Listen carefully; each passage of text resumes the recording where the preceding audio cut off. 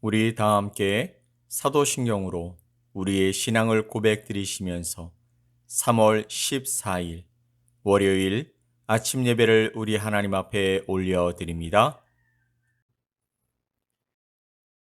나는 전능하신 아버지 하나님, 천지의 창조주를 믿습니다. 나는 그의 유일하신 아들, 우리 주 예수 그리스도를 믿습니다. 그는 성령으로 잉태되어 동정녀 마리아에게서 나시고 본디오 빌라도에게 고난을 받아 십자가에 못 박혀 죽으시고 장사된 지 사흘 만에 죽은 자 가운데서 다시 살아나셨으며 하늘에 오르시어 전능하신 아버지 하나님 우편에 앉아 계시다가 거기로부터 살아있는 자와 죽은 자를 심판하러 오십니다. 나는 성령을 믿으며 거룩한 공교회와 성도의 교제와 죄를 용서받는 것과 몸의 부활과 영생을 믿습니다. 아멘.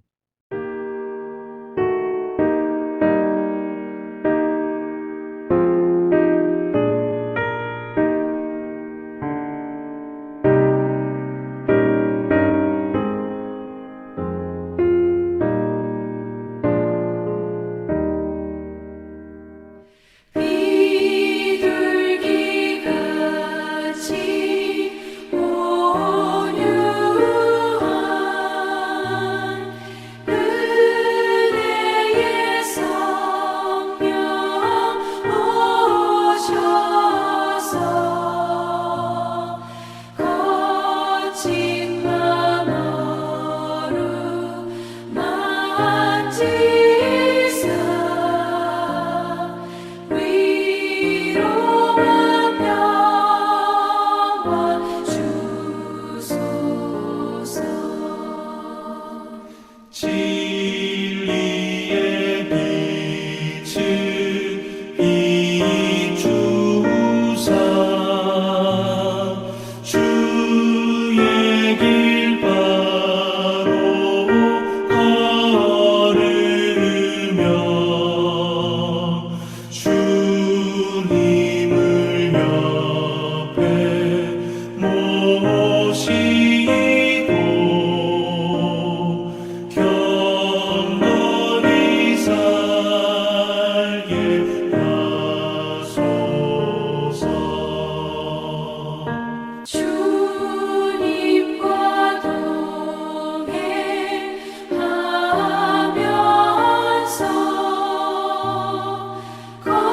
거룩한 길로 행하며 진리의 예수 붙잡고 길지 않게 하소서. 연약한 나를 도우사 하나님 나라 이르러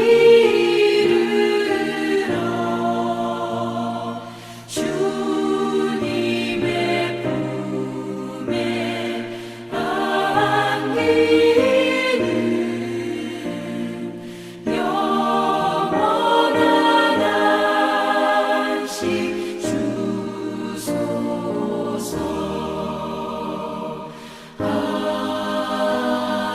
아멘.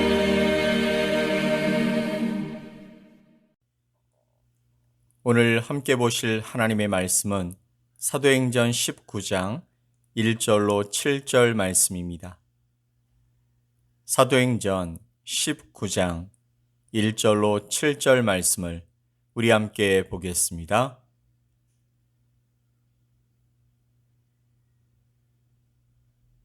아볼로가 고린도에 있을 때에 바울이 윗지방으로 다녀 에베소에 와서 어떤 제자들을 만나 이르되 너희가 믿을 때에 성령을 받았느냐? 이르되 아니라 우리는 성령이 계심도 듣지 못하였노라.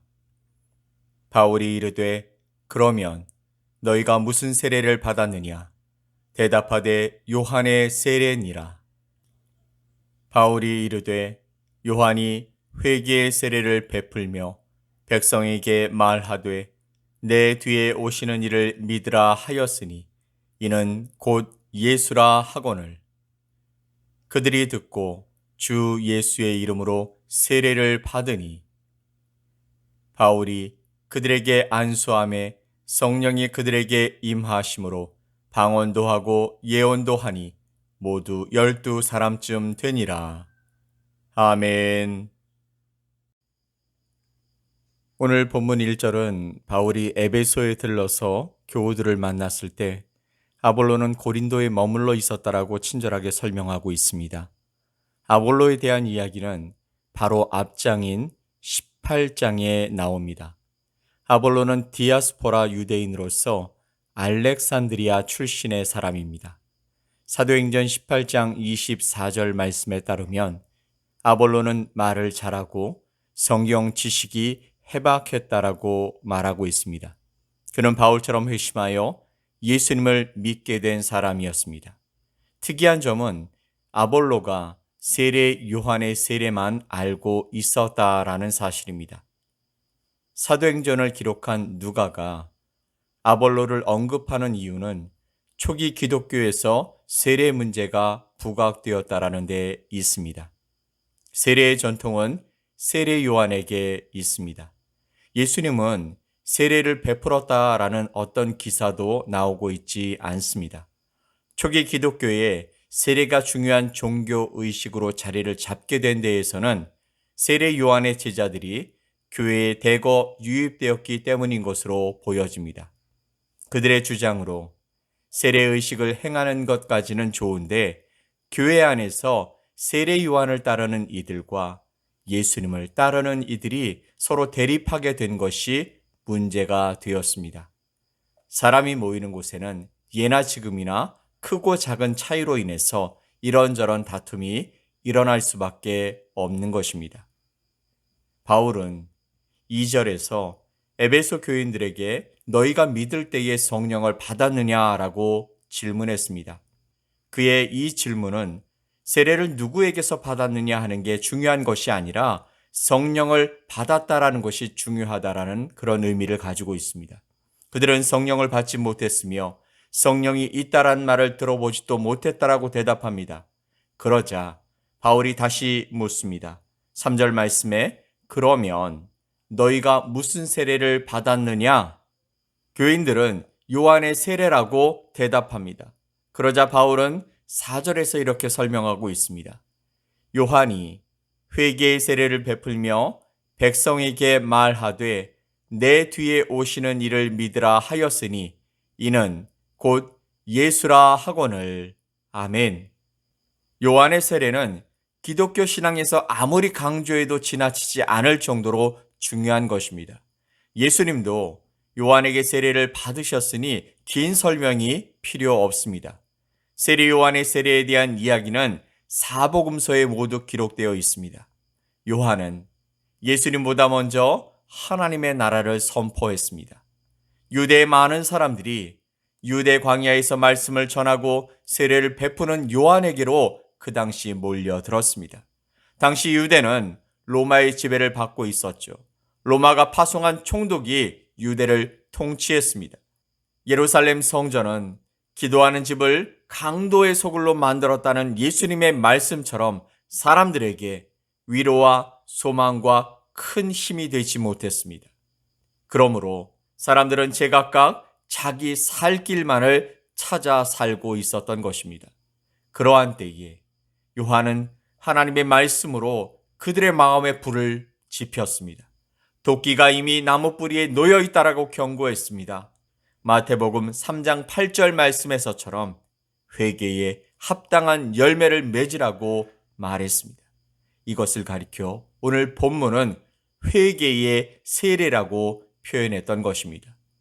초기 기독교가 회개에 합당한 열매를 맺으라는 세례 요한의 가르침에 따라서 세례를 중요한 종교 의식으로 받아들였지만 그것은 기독교 신앙의 본질이 아니라는 사실을 분명하게 알고 있었습니다.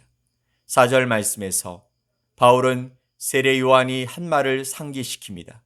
바울이 이르되 요한이 회개의 세례를 베풀며 백성에게 말하되 내 뒤에 오시는 이를 믿으라 하였으니 이는 곧 예수라 하거늘. 아멘. 요한은 자기를 주목하지 말고 예수님을 바라보라고 말한 것입니다. 마태복음 3장 11절 말씀에 나는 너희로 회개하게 하기 위하여 물로 세례를 베풀거니와 내 뒤에 오시는 이는 나보다 능력이 많으시니 나는 그의 신을 들기도 감당하지 못하겠노라. 그는 성령과 불로 너희에게 세례를 베푸실 것이요. 아멘. 기독교 신앙에서는 회개에 합당한 삶이 중요한 것이 아니라 믿음이 중요한 것입니다. 회개에 합당한 삶을 부정하는 것이 아니라 그것을 넘어서야 한다라는 뜻이죠. 그것이 곧 성령께서 임재하심으로 받는 성령 세례입니다. 요한은 회개의 세례를 베풀었다면 예수님은 성령의 세례를 베푸신 것입니다. 그러면 회개의 세례와 성령 세례의 차이는 무엇일까요? 회개의 세례는 손에 잡히지만 성령 세례는 손에 잡히지 않습니다. 기독교는 왜 회개의 세례로 만족하지 못하고 성령 세례를 굳이 고집하고 있는 것일까요? 회개의 세례는 도덕적인 변화를 가리킵니다. 자신의 잘못을 뉘우침으로 정의로운 사람과 정의로운 세상으로 변화되는 것을 의미하는 것입니다. 사실 초기 기독교가 예수 그리스도를 믿는 것이 기독교의 본질이라고 말한 이유는 회개의 세례, 즉 도덕적인 변화만으로는 우리가 구원받을 수 없기 때문입니다. 아무리 착하게 살아도 그것만으로는 하나님이 요구하시는 의를 이룰 수 없기 때문이죠. 그러면 성령의 세례는 무엇일까요? 5절 말씀에서 바울의 말을 듣고 에베소 교인들이 예수님의 이름으로 세례를 받았습니다. 예수 그리스도를 믿음으로써 성령을 받은 것이죠. 6절에 따르면 바울이 그들에게 안수를 하자 그들에게 성령이 임했고 아울러 방언도 하고 예언도 했다라고 말씀하고 있습니다. 당시에는 성령이 임재하시는 것을 주로 방언과 예언으로 확인했습니다. 사도행전 2장의 성령의 임재를 생각해 보시면 쉽게 이해가 될 것입니다. 사도행전이 성령을 말할 때는 주로 방언 현상을 가리키는 것입니다. 신약 성경은 방언에 대해서 자주 말하지는 않습니다. 그저 사도행전과 고린도전서에 나오는 정도입니다. 방언에는 두 가지 형태가 있습니다. 하나는 아무도 알아듣지 못하는 형태이고 다른 하나는 외국어로 말하는 경우입니다. 바울은 고린도전서 14장에서 자신도 방언을 한다고 전제하면서도 공적인 예배에서는 방언을 절제해야 한다고 충고해 줍니다. 현대인들에게 낯설게 보이는 방언이 성경에 나왔다고 해서 오늘날에도 무조건 따라가야 할 필요도 없고 거꾸로 우리가 지금 이해할 수 없다고 해서 무조건 거부할 필요도 없는 문제입니다. 우리는 그것이 말씀하고 있는 핵심이 무엇인지를 아는 것이 중요하죠. 분명한 것은 성령께서 임재하실 때 이런 일이 일어났다라는 것입니다. 그것은 그 현상이 믿는 자들에게 필요했다라는 의미를 포함하고 있습니다. 만약에 필요하지 않았다라면 그런 현상을 굳이 주실 필요가 없기 때문입니다. 오늘 본문이 성령께서 임재하신 현상을 방언과 예언으로 묘사했다고 해서 성령이 임재하실 때 반드시 그것을 수반해야 한다고 말하는 것도 맞지 않습니다.